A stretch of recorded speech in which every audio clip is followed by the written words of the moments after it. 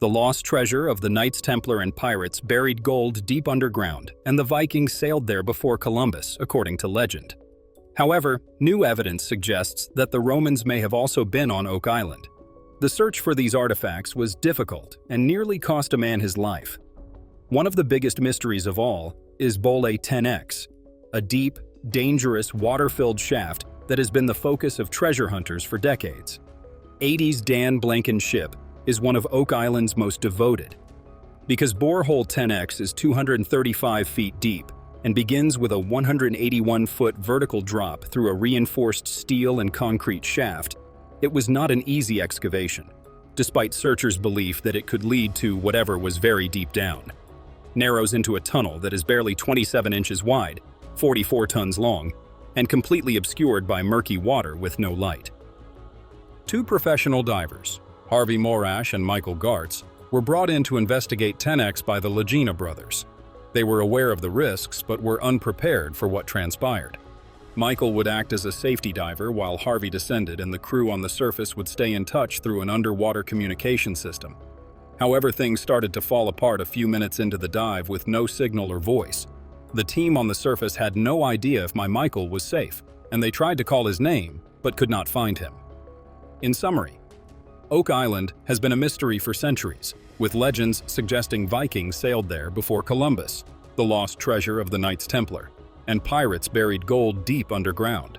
The mysterious Boral 10X remains a mystery. And the Lagena brothers' plan to explore it was not. Well, Christina Bro, a chemistry professor who specializes in metal analysis, performed a more thorough scan and discovered that the sword contained a high amount of zinc, which was not normally used in ancient Roman bronze. This suggests that the sword was made of modern brass rather than ancient bronze. However, not everyone was persuaded, as some noted that some ancient mines contain naturally occurring zinc that could have been converted into Roman bronze through natural processes. A new knowledge of early transatlantic migration and the history of the island of the Oak Island sword has resulted from the team's efforts to determine whether the sword was actually ancient. In the history of the island, discovery has generated debate. While some experts contend that it is a contemporary fake or the result of 19th century craftsmanship, others think that because of its distinctive metal composition at discovery, it may be a real ancient item. For more than 2 centuries, Oak Island has teased history buffs and treasure hunters with various finds that seem to contradict this. For instance, Roman-style crossbow bolts that matched the design of bolts used by the Roman soldiers were discovered on the island. Some contend that they came via trade routes much later in history, maybe during the era of European exploration. Others propose that this could indicate that the Romans or someone with a weapon came to this region of the world much before the Vikings or Columbus. Researchers continue to debate the famous lead cross found at Smith's Cove. One theory suggests it may be even older, possibly dating back to the Roman era, while another links it to the Knights Templar, a mysterious order that allegedly traveled across the Atlantic to hide their treasures. One of the largest debates in the history of the island has been raised by the discovery of the Oak Island sword, which has raised questions about whether the Romans actually lived there. The island is known for presenting items that don't make sense, including what some people claim to be Roman artifacts. The little North American island of Oak Island has been the scene of several archaeological disc finds and discussions. After the cross was examined, the lead composition was linked to southern France, which was formerly a Roman colony. This could indicate that an expedition from antiquity arrived at Oak Island millennia before anybody else did. Researchers have been trying to read the inscriptions on the 90T stone found deep within the money pit for years, and some people think the markings resemble Phoenician or Roman Eros letters. This is another intriguing discovery. The odd stone platforms and roadways discovered beneath Smith's Cove were purposefully constructed by someone rather than existing naturally. Some academics think these structures mimic ancient European engineering and may be related to Roman aqueducts or highways. Another significant controversy arose when a Roman coin was purportedly discovered close to Oak Island, but its precise origin remained unknown. This begs the issue of why an ancient Roman coin would be in the vicinity of Oak Island. Although the enigmatic wreckage at Mahone Bay has not yet been thoroughly investigated, sonar scans indicate that it may be ancient, possibly dating back to the 1400s or earlier, predating Columbus. If there is any evidence linking this wreck to the Romans, it would be revolutionary. But others believe it may be far older and potentially connected to medieval or ancient seafaring fars. Strange discoveries on Oak Island, like wooden platforms and underground tunnels, imply that someone was around for a long period before the official chronology permits. The problem with that theory is that many of these artifacts and structures predate documented colonial history. The sheer number of unexplained artifacts and structures suggests someone was here long ago, whether it was explorers, treasure hunters, or an unidentified civilization history leaving its mark on the island. Skeptics contend that many of these discoveries could be explained by later European travelers or early settlers. It's possible that Fred probed this wall when he believed he hit the wall. Fred Nolan, a treasure hunter and landlord of Oak Island, found a wooden wall or dam in the marsh that he thought was proof of an artificial structure built years ago to conceal something valuable. The team is currently looking into whether they have discovered a portion of the same construct and, if so, whether it is connected to the possibly 1250-year-old ship railing fragment discovered nearby in 2020. Geoscientist Dr. Ian Spooner has been invited by Gary and Rick Lagena to examine the feature. The team is also interested in finding something that connects the stone road to something else, like a loading and unloading platform. If this is as old as the stone road, it could have been used for unloading goods and constructing other structures. They are particularly interested in the red material beneath the stone road, which may be from around the same time period as the wooden tunnel beneath the garden shaft. If we begin to see that red material inside and around that wood structure, that could put it even further back in time. The southeast corner of the marsh is poorly understood, and in order to better comprehend its function, it is desired to excavate and reveal the complete structure. This wood is intriguing since it has flat tops and rounded edges. The team is looking for one or two artifacts that could provide insight into its original use. Since they have worked very hard to place anything in the northern part of the marsh, they must exercise caution when doing so. Dr. Ian Spooner, a geoscientist, and Marty Lagina have made an important discovery. They found a boulder with a disturbance at its base, indicating that Nolan's cross has an internal mechanism for unlocking it.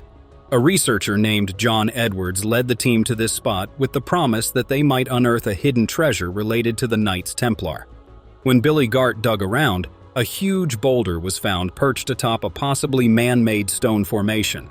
The team is currently investigating the site to see if it is a natural feature or if it could actually be man-made. Marty finds interesting details about John Edwards' presentation, such as a stick in between the boulder and the sediment, which suggests that people were moving around boulders to move water through the area. This seems like people were manipulating or trying to change the water level in the swamp. For whatever reason, if Dr. Spooner and Billy are correct, the area around this feature could offer evidence to support the theory of researcher John Edwards, who believes it may have been created centuries ago by members of the Knights Templar. They found some nice cut wood at the base of the swamp material, which they plan to carbonate and use to determine if they find any other oddities and possibly some metals. The next morning, they plan to find some good stuff, including a big tree, 2 layers of trees, and several other tree stumps. These findings suggest that the swamp may have been artificially manipulated hundreds of years ago, as trees are not able to naturally grow in marsh environments.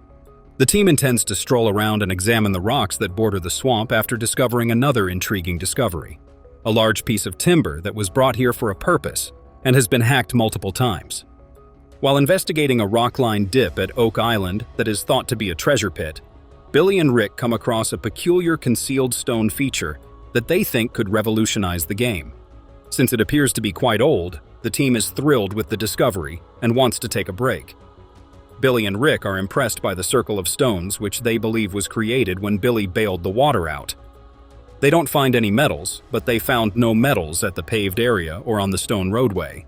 This suggests that people may have been on Oak Island earlier than they thought the board they found was cut, and there were loads of wood along the line. One of the features they found was big long strokes with an axe, which could be a candidate for C-14 Fred Nolan, who discovered several uniform lines of wooden stakes carbon, dated to as early as the 1500s, was convinced they were survey markers used to artificially create the brackish bog. The Oak Island team is considering whether they have found a similar stake at a site believed to mark a location where treasure could be buried, however they don't think it is natural. Rick suggests having Dr. Spooner come out and try to core through the site, but they don't think they should do anything more physically until Dr. Spooner comes in. Craig believes that if people were building something at John Edwards' site, they must be careful when examining it, as it may tell the story of who was there and could be a game changer. It was about comprehending the past and piecing together a forgotten story. Rick tackled the hunt with resolve and a sense of determination that had been building for decades. He wanted to do things the right way. Rick's perseverance paid off gradually, and with each newly discovered piece of information, they were drawn further into the complicated and lengthy history of Oak Island. Rick Lagina and his team, driven by passion and a deep love for history, were set to start a new phase of drilling at the garden shaft. They stumbled upon an old wooden passageway from the 17th century, which connected to a spot known as the Baby Blob. This discovery led to more questions than it answered, as they noticed gaps in the walls and ceiling. The team was ready for a detailed drilling operation, led by experts from Duma Contracting Limited. They aimed to explore the hidden parts of the passage, searching for any signs of the treasure that had fascinated so many for so long. The water began to stream into the shaft through holes that had been bored close to the 97-foot mark, most likely hitting one of the well-known flood tunnels on the island. With today's technology, historical knowledge, and unyielding determination, Rick and his crew felt a strong connection to previous explorers who had attempted to solve the island's old stories, but had been unsuccessful. With today's technology, historical knowledge, and unwavering determination, they were better equipped than anyone who had come before them. As they explored deeper into the newly revealed part of the passage, they discovered large wooden beams that were uniquely shaped. These beams confirmed the passage's existence and its significance in history. A difficult constructing process that most likely dates back to the 17th century was displayed by the beam, and the researchers suspected that additional information was concealed close to an experienced excavator. Gary arrived at the location with a metal detector in the hopes of discovering artifacts that could provide additional information about the history of the region. His efforts were rewarded when he beeped, indicating the presence of a metal object that suggested it was from a much earlier time. As the excavation continued, the team placed markers along the passage in order to create accurate maps of what was there. Located under the surface, the treasure team. Hunters on Oak Island are determined to uncover the truths buried beneath the island. Driven by historical curiosity and the thrill of the hunt, they are determined to find hidden riches and a deep history of the island itself. As they continue their search, they discover new pieces of history, such as ship parts from the 15th and 18th centuries and a ship's railing dating back to the 8th century.